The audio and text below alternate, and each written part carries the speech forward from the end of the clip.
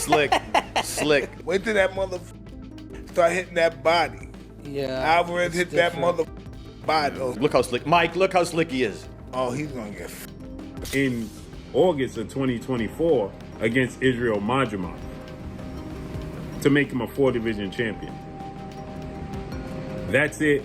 That's all. He hasn't fought since then. With Crawford, I think gaining too much weight and too much muscle might affect them. If they're thinking of surviving and being able to take a punch and being able to go around. Mike Tyson issued a blunt warning to Terence Crawford after appearing alongside Canelo Alvarez at the press conference, declaring that Crawford is far too small to stand a real chance against Canelo. Tyson was adamant there's no realistic path for Crawford to defeat the Mexican champion. In his view, the fight offers little genuine intrigue for fans, and his remarks added a sharper edge to the pre-fight conversation. That Terence Crawford is simply too small and doesn't have a chance to beat Canelo Alvarez. I am Mike Tyson. He says that this is a fight that nobody calls for. It's just simply too much of a size difference. Shannon Briggs is the believer in styles make fights, skill set, and the skill set of Canelo Alvarez versus the skill set of Terence Crawford favors the skill set of Terence Crawford, not only just to win, but to possibly stop Canelo Alvarez for the first time in his career. Now, Canelo Alvarez is a first ballot Hall of Famer. Terence Crawford is a first ballot Hall of Famer. Terence Crawford is 4-division champion, undefeated, 2-division undisputed champion. Canelo Alvarez is a 4-division champion, 2-time undisputed super middleweight champion, and reigning undisputed super middleweight world champion with a record of 63 wins, 2 losses, 2 draws, 39 wins by way of knockout. Gabe Rosado, a respected veteran of the sport, offered his take on the potential clash between Terence Crawford and Canelo Alvarez. In Rosado's eyes, Crawford simply doesn't have the punching power to trouble Canelo. While he acknowledged Crawford's technical brilliance, slick movement, and pinpoint precision, he stressed that those tools might not be enough against a fighter as physically strong and imposing as Canelo. Rosado noted that Canelo has already absorbed the best shots from some of boxing's hardest hitters without buckling, casting serious doubt on Crawford's ability to inflict real damage. For Rosado, the gap in raw strength and durability is one of the steepest obstacles Crawford would need to overcome. So I don't see how Crawford could hurt Canelo, because Canelo's been in there with Kovalev. He's been in there with Bivol. You know what I'm saying? He's been in there with big punchers. You know what I'm saying? So it's like, how can a guy that's really a 47-pounder, even though he's up in weight, I don't see how he can hurt Canelo. You know what I'm saying? It just feels complete, because your body is different to absorbing a bigger blow. So, you know what I'm saying? But it's like, when I sparred the guys in the lower weight classes and they hit me, bro, it's like, no disrespect, but it just feels like you get hit with a pillow. It's just different. It could be a murderous puncher at 147. But if I'm walking around 185 and I'm a solid guy and I'm used to fighting guys, you know, with a different kind of power, and I spar a guy that's a welterweight, it feels like a pillow. Boxing analyst Showbiz the adult delivered a clear, uncompromising verdict. Terence Crawford can't beat Canelo Alvarez. His reasoning centers on a blend of size, strength, and stylistic disadvantages. Showbiz highlighted that Canelo's experience against top-tier opposition in multiple weight divisions has equipped him with the skills to neutralize fighters like Crawford. While he credited Crawford's adaptability and high boxing IQ, he argued those traits alone wouldn't be enough to offset Canelo's power and mastery of ring control. In his assessment, the matchup heavily tilts in Canelo's favor, and Crawford would need to produce something truly extraordinary to flip the script. Spaceman Films. What up, Biz? Who you got? Canelo Crawford. Yeah. Got Canelo. I heard the punches that he hit Charlo with. I don't know if Crawford can absorb those punches. I know he's a great man and a great warrior. But you come from 147 to put on a better fight than Charlo. I mean, I don't even know what that means. I don't know if that means that Crawford is so great and he can do that, or that means that Charlo set the bar so damn low that anybody could do better than Charlo did last night. Do skill really pay the bill? Because that would be tested. Pay the bill. That's why Canelo's skillful too. Renowned trainer Robert Garcia voiced serious concerns about Crawford's plan to bulk up for a showdown with Canelo. Garcia warned that gaining significant weight too quickly can compromise a fighter's speed, stamina, and sharpness, potentially stripping Crawford of one of his most dangerous assets, his quickness. He also pushed back against comparisons between Crawford and Floyd Mayweather, calling them misguided. Garcia explained that Mayweather never resorted to adding that kind of mass to face bigger opponents. His success came from speed, skill, and precision, not size. According to Garcia, the physical strain of fighting at a much higher weight could put Crawford at a disadvantage before the opening bell even rings.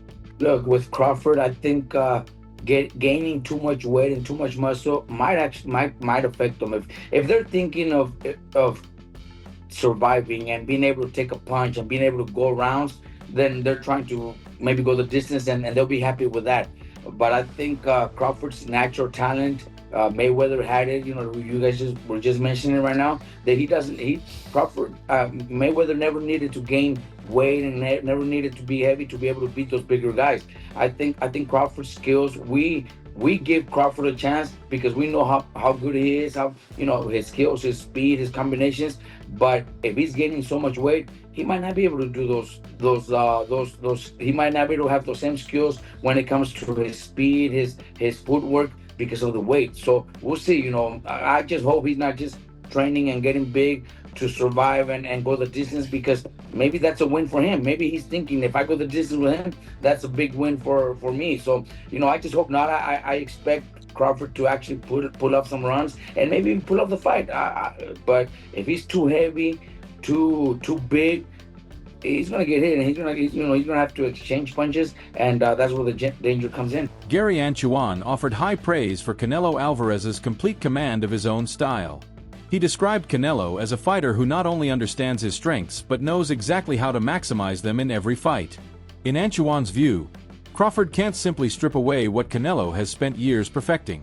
From slick defensive head movement to perfectly timed counters and punishing body shots, Canelo's arsenal has been sharpened against top-tier opposition. While Anchuan acknowledged Crawford's adaptability and high fight IQ, he stressed that Canelo's ability to impose his style makes him a particularly daunting challenge. Once a fighter reaches the level of confidence and efficiency that Canelo displays, disrupting that rhythm becomes one of the toughest tasks in boxing. Canelo, he has mastered his style. Now, typically, Latinos, they got their own style versus melanated black people having like more rhythm, more flashiness and panache to their stuff, more swag. Yeah. We just fight different than other ethnicities. If you want to throw Amir Khan in there, his ethnicity, he was in and out. Yeah, that's the European kind of style. Textbook, you know, but that was his style. Canelo got his style and he mastered it. Terence Crawford cannot take nothing away from him. He's like freakishly good, you know. He go both sides, southpaw, orthodox, you know, and I feel like he adapt well. But it don't take much to get hit, especially these little 8-ounce gloves. He cannot slip up. He cannot slip up. He gonna have to stay set from bing to bing from round 1 to 12, and he better be in shape. I'm talking about like not 12-round shape. I'm talking about like 16-round shape. Former world champion Chris Aljiri shed light on the hidden challenges fighters face when moving up in weight. He explained that adding size changes everything: timing, movement, endurance, altering the way a fighter feels inside the ring. Aljiri noted that even if Crawford appears bigger on fight night, that extra mass won't necessarily translate into more power or strength. Fighting at an unfamiliar weight, he emphasized, can be risky, especially against an opponent who's already comfortable at that size. According to Aljiri, while Crawford's skills remain world-class, the physical adjustment to carrying a heavier frame could take its toll, particularly in the later rounds when stamina becomes critical. So that's another aspect of that comparison. And yes, you know, to exactly what the champ said, exactly what Abel Sanchez said, you know, you're going to put on weight, you're going to be a different fighter. And I can say this even as a fighter as myself, as I've gotten heavier in my retirement, I try and move around the gym, it just feels different. And even when you start camp, you feel different in the beginning than you do at the end. But listen, we're still 4 or 5 weeks away. I don't know exactly what Terence is weighing right now, and even if he does say what he weighs, man, he's gone out there and said he's weighed, you know, all types of crazy numbers just to get people to get media to respond. So it's really not really going to know until the fight and we see these guys next to each other. He might look bigger right now, but he might not be that heavy. He might still be in the range that these guys are targeting for the fight itself. But I will say this: if you look at it historically, Floyd Mayweather, when he fought Canelo Alvarez, Floyd was 36 years old. Canelo was a young man. I think he was 21 or something like that, or 23, under 23, whatever the case may be. Floyd came in how Floyd always comes in. He didn't try to put on weight for that fight. I think he came in 150 pounds, like he always did in his big fights, and even at 36 years old. And it was his speed, it was his technical proficiency, it was his skill, and his jab, which is what gave Canelo fits all night long, and eventually why he lost 11 rounds to 1. So I don't know that Crawford really needs to be packing on this muscle. And I have actually argued in my own head. I'm like, yeah, but he's older. He's not Floyd. Floyd was 36 when they fought. A boxing analyst took a firm stance. Canelo Alvarez will not lose to Terence Crawford. The reasoning was blunt. Crawford can't hurt Canelo, and without the power to earn his respect, the fight becomes an uphill climb. The analyst argued that Crawford is unlikely to endure Canelo's heavy artillery for 12 full rounds, given the physical disparity between them. With a granite chin, raw strength, and expert control of distance, Canelo could keep Crawford on the back foot, unable to mount a sustained attack. While acknowledging Crawford's achievements, the analyst predicted that Canelo's combination of power and durability would ultimately decide the fight. Before Paddy was the undefeated phenom. He said that he sparred Canelo Alvarez. And he hit Canelo Alvarez with his best shot. His best shot. This is a power puncher. Yeah, he's smaller than Canelo Alvarez, but let me further explain. Canelo Alvarez didn't feel nothing. Nothing. And some of y'all gonna be like, but yo, that's Virgil Ortiz, he's smaller. Canelo Alvarez didn't feel nothing with Triple G. Canelo Alvarez didn't feel nothing versus Kovalev. Kovalev killed the man in the ring. Canelo Alvarez didn't feel nothing with Danny Jacobs. Canelo Alvarez wasn't even demoralized by Dimitri Bivol. He just got outboxed. He didn't hurt Canelo Alvarez. Canelo Alvarez, you see how we say Iron Mike Tyson? Well, Canelo Alvarez has an iron chin. Terence Crawford, and also, put it this way, also, after the fight with Jermell Charlo and Canelo Alvarez, and I spoke to Jermell Charlo. Jermell Charlo basically said that, yo, Canelo Alvarez couldn't feel my punches. I hit Canelo Alvarez with 2 left hook and he didn't even feel nothing. Jermell Charlo was Iron Man Jermell Charlo, the 154-pound undisputed.